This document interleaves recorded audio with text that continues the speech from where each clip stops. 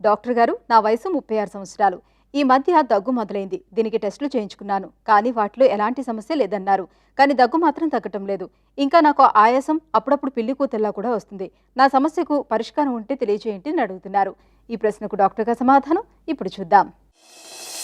అప్పుడప్పుడు దగ్గు రావడం, దాంతోపాటు పిల్లి కూతలు రావడం, పర్టికులర్లీ అలర్జీ లాగా, అంటే ఏదైనా ఎక్స్పోజర్ టు డస్ట్ కానివ్వండి, వేరే స్ట్రాంగ్ స్మెల్స్, పొగ, పొల్యూషన్ ఇట్లాంటి వాటికి ఎక్స్పోజ్ అవ్వడం వల్ల, కొన్ని రకాల ఫుడ్ తీసుకోవడం వల్ల ఇట్లాంటి దగ్గు, వీజ్ అంటే పిల్లి కూతలు లాంటివి వచ్చినప్పుడు దాన్ని మనం అలర్జీ కింద కన్సిడర్ చేయాల్సి ఉంటుంది. కామన్గా ఈ అలర్జిక్ బ్రాంకైటిస్ ఆర్ ఆయాసం ఉన్నప్పుడు దాన్ని అలర్జిక్ ఆస్తమా అని అంటాము.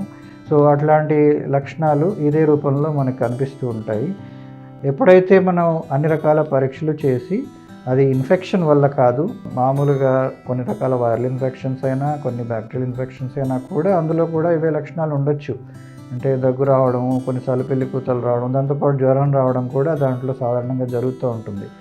ఎప్పుడైతే మనం ఇన్ఫెక్షన్ని రూల్ అవుట్ చేస్తామో అండ్ అది మనం వాడిన మందుల తర్వాత కూడా ఒక 1-2 వీక్స్ ట్రీట్మెంట్ అయిన తర్వాత కూడా ఇంకా కంటిన్యూస్ అవుతూ ఉంటే అప్పుడు మనం ఈవెన్ అలర్జీకి సంబంధించిన ఇష్యూ అనేది దానికి సంబంధించి కొన్ని పరీక్షలు చేసి దాన్ని కన్ఫర్మ్ చేయాలి.